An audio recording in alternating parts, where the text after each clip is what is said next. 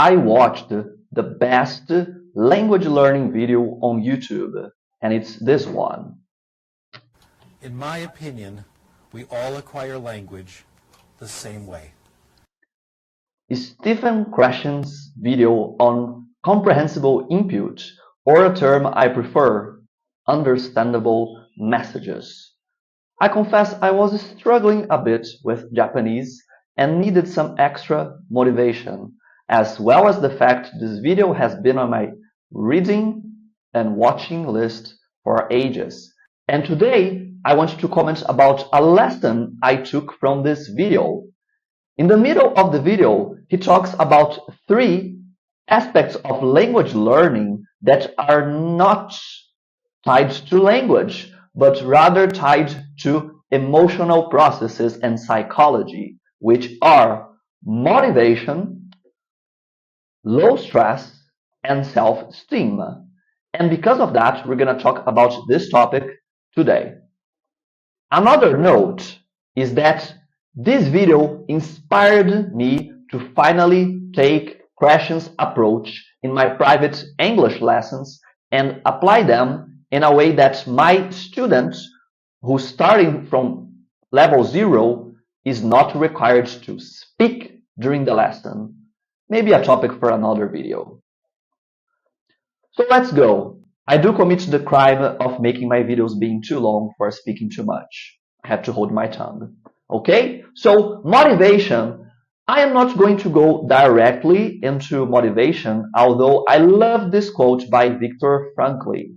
I hope I have pronounced his name correctly. If you have a why, you can bear any how. From Man's Search for Meaning. If you have a reason, you can tolerate pretty much any pain, which is what I'm going to talk about.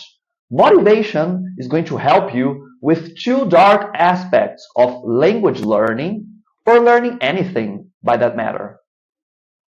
Those aspects are not knowing what you're doing and not knowing your progress, okay? Imagine you're watching an anime or a series for 5 minutes and you don't understand much, right? You start wondering whether you're using your time productively or you're just wasting it, right? Being motivated is going to help you with the fact that trying things out is completely normal when you're learning a language, especially if you don't have somebody guiding you and you're learning by yourself. Something I'm more or less doing. I am taking Japanese classes, but from my honest point of view, they are rather inefficient. I am doing more progress on my own, although there are benefits to being part of a community where you're learning the same thing, and that's why I still keep going. It's also helpful to have somebody that can answer your many questions, okay? Imagine that motivation is a compass. When you're learning, you keep diverging from north, but as long as you have motivation and a reason to do something, you're going to stick to the path, even if you digress too much, and that causes a lot of pain, right? And there's also this aspect of language learning and other types of learning that's wondering about where you're at and your progress. This can really, really kill you, because if you feel that you are not doing enough progress, our brains tend to be reward driven. And if we think that we're not being rewarded for our time and energy investments, we tend to stop doing what we're doing. So motivation really helps you with these dark aspects of learning, and I talk more about that in my video and article about my impossible Japanese speedrun 2024-2025. Okay? So let's go into the next topic, which is definitely tied to these 2 aspects. So self-esteem is an extremely hot topic, especially in psychology nowadays. It has been for a while, and I think it's one of the key aspects of language learning or learning in general, because it helps you with false beliefs about yourself or about the external world. These false beliefs take the form of something on the lines of, I am not good enough to learn English or Japanese. I am going to fail, as I always do. My father, my mother, my ex-husband or wife or dog was right about me. And also external beliefs like English, Japanese, French, Russian, whatever is too hard. It's not worth the time I invest to do this. I don't really want to do those things. They are useless. You would think that those narratives are different, right? On my personal opinion, they are more or less the same. Okay. Why? Because they're basically protecting your ego from being hurt. Because you tie not being able to perform an ability, a language, to your self-esteem, who you think you are. So, as you can read this, a weak sense of self undermines all aspects of language learning because you keep buying onto those false narratives and they simply stop your progress. Aside from making you feel absolutely terrible, which undermines other skills and other activities you might want to perform in the future. I have so many friends who can't bear to study English anymore because they have failed once and they have taken that to the heart.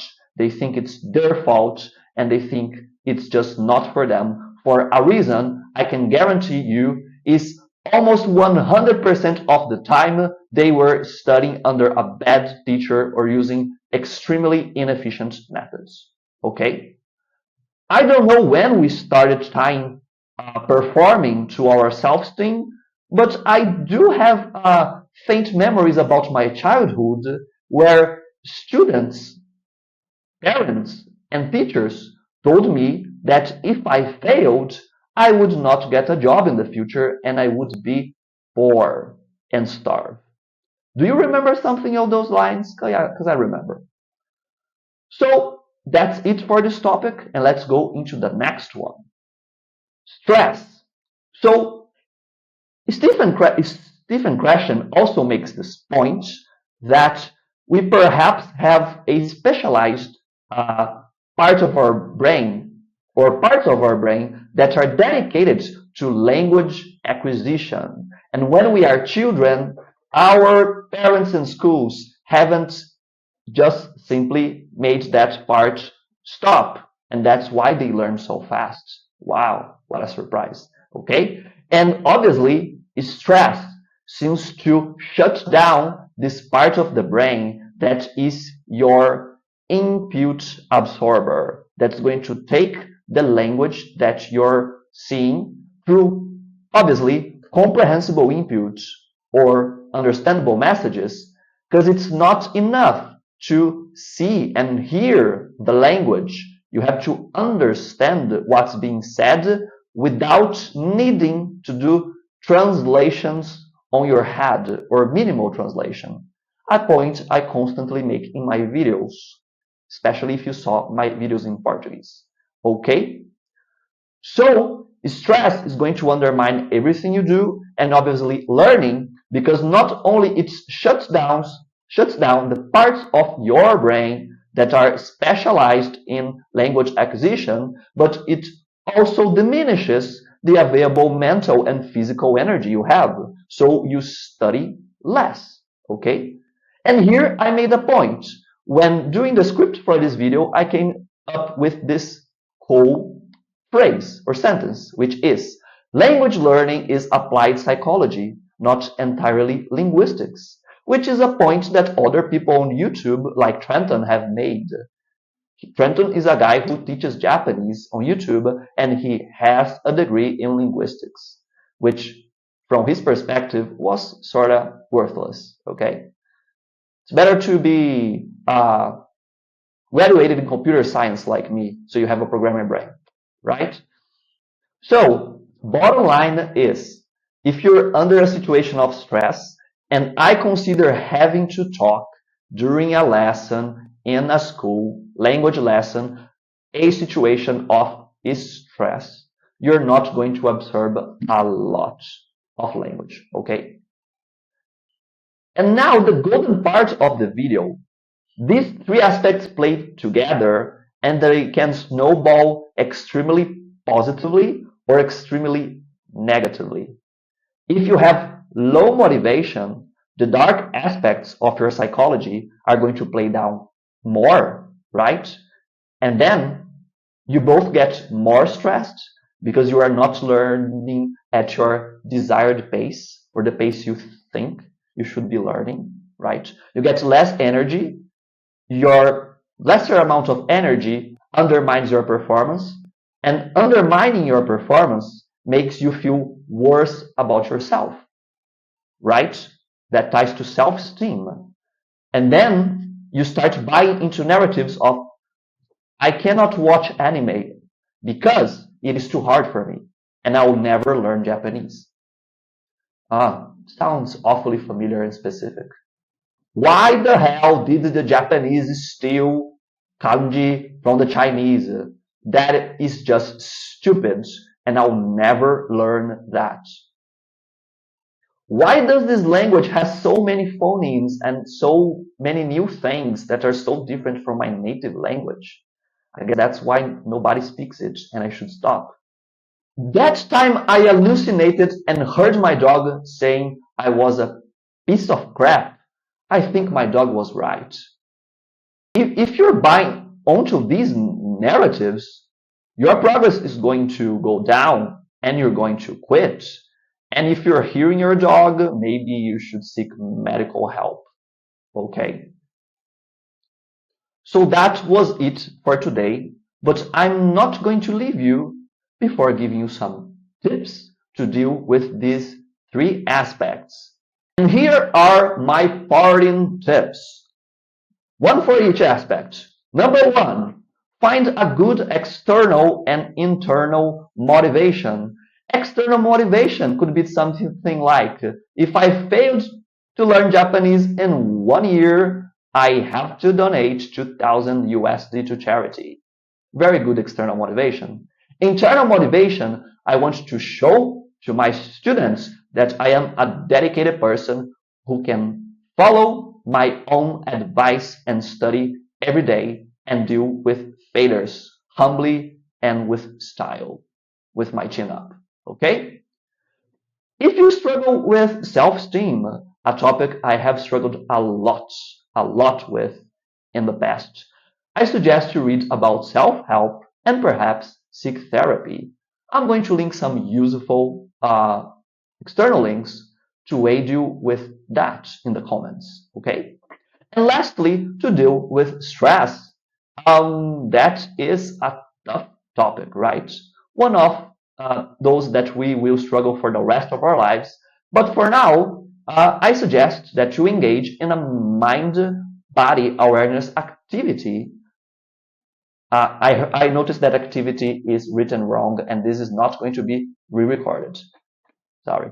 Okay? So you can do yoga, you can do meditation, you can do Pilates, or maybe even the gym might be helpful. Okay? So that was it for today. I hope you have found these tips massively useful. I'll see you in the next video. Thanks for watching, and subscribe to my channel to see more stuff and more shenanigans about my language learning adventures. I'll see you soon.